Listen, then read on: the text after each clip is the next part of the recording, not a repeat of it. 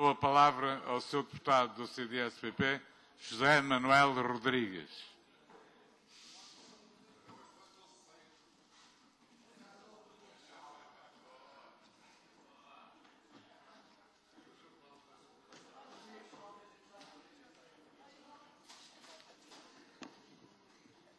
Senhor Presidente da Assembleia, senhoras e senhores deputados, este é o único Parlamento português que assinala a data histórica do 25 de novembro.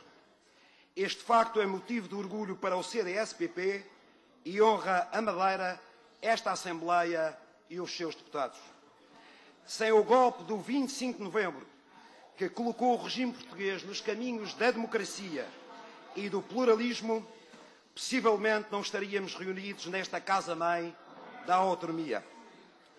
É verdade que este Parlamento poderia e deveria ser mais democrático.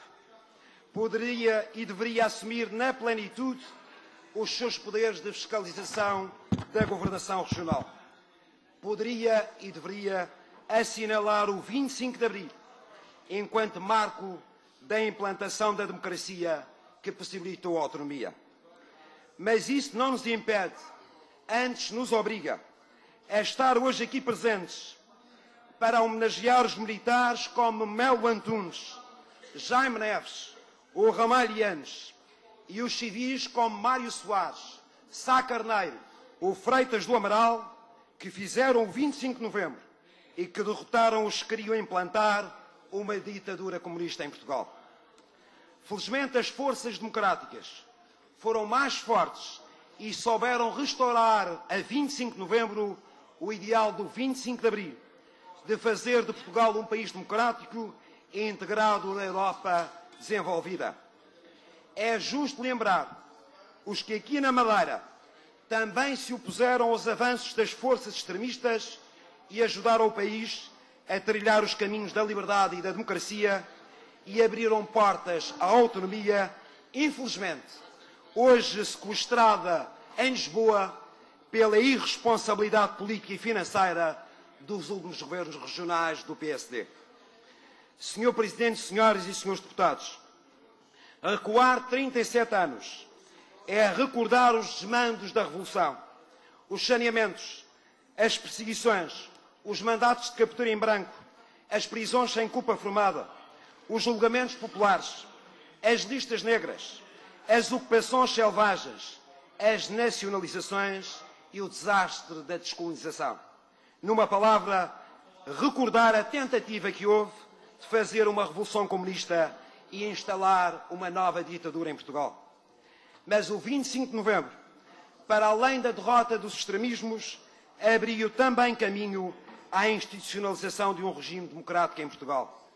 Isso foi conseguido nas últimas 3 décadas, graças ao esforço concertado do Bloco Partidário Democrático, constituído pelo PS, pelo PSD e pelo CDS, que possibilitou a devolução do poder aos civis, com a extinção do Conselho da Revolução, que permitia as revisões da Constituição de 1976 de cariz marxista, que abria as portas à desnacionalização da nossa economia e que gerou um grande consenso nacional para a entrada na União Europeia.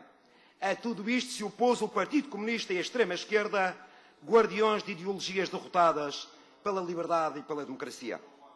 O colapso do comunismo não foi o fim da história.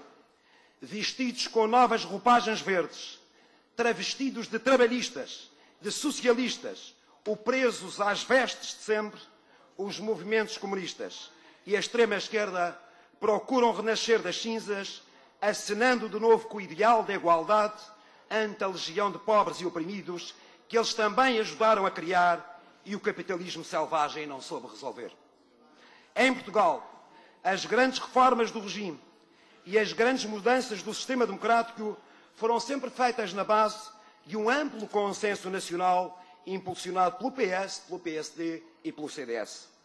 É estranho que no último ano o Partido Socialista, um dos partidos que mais contribuíram para a vitória da democracia sobre a ditadura comunista no 25 de novembro, tenha, em particular, o PS na Madeira, entrado numa deriva esquerdista e extremista difícil de entender. E hoje aqui não esteja a comemorar a liberdade que ajudou a conquistar e antes opte por alinhar enfrentismos esquerdistas de rua que outrora ajudou a derrotar. Mas mais estranho, ou talvez não, é ver o Partido Socialista a votar contra os interesses da Madeira em Lisboa, opondo-se a um aval do Estado à região para um empréstimo destinado a pagar dívidas às empresas privadas e a reduzir os encargos com juros. Ausências e posições difíceis de explicar. Senhor Presidente, senhoras e senhores deputados, volvidas quase 4 décadas desde o 25 de novembro que restaurou a democracia, é com tristeza que verificamos que ainda estamos longe de cumprir o espírito autêntico e os objetivos nobres do 25 de novembro e do 25 de abril. É verdade que já não existe o perigo da ditadura, porém é igualmente certo que certas mentalidades não mudaram e que, por exemplo, o sistema criado nesta região nestes 36 anos limitou a liberdade dos cidadãos e criou uma série de bloqueios à sua intervenção na vida política, económica, social e cultural. Vivemos no país e na região um dos períodos mais difíceis da nossa história. Os 3 Ds do 25 de abril, democratização, descolonização, desenvolvimento, foram infelizmente substituídos nos tempos que correm por outros 3 Ds, déficit, dívida, desemprego.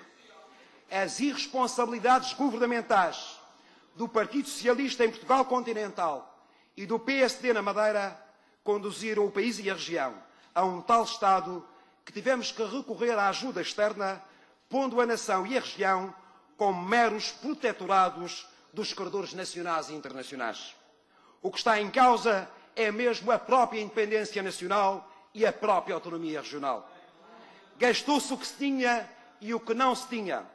Pediu-se o que não se poderia pagar. E hoje quem paga a fatura, uma pesada fatura, são os cidadãos, as famílias e as empresas que enfrentam a desilusão, o desespero e a desesperança. Senhor Presidente, senhoras e senhores deputados, o declínio na Madeira é uma evidência que nos assusta e nos deve desassossegar.